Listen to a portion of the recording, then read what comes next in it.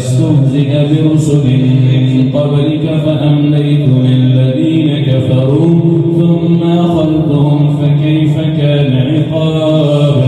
أفمن هو قائم على كل نفس بما كسبت وجعلوا لله شركاء قل سموهم أم تنبئونه بما لا يعلم في الأرض أم بظاهر من القول بل زين للذين كفروا مكرهم وصدوا عن السبيل ومن يضلل الله فما له من هاد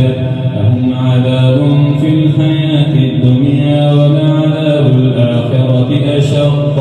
وما لهم من الله من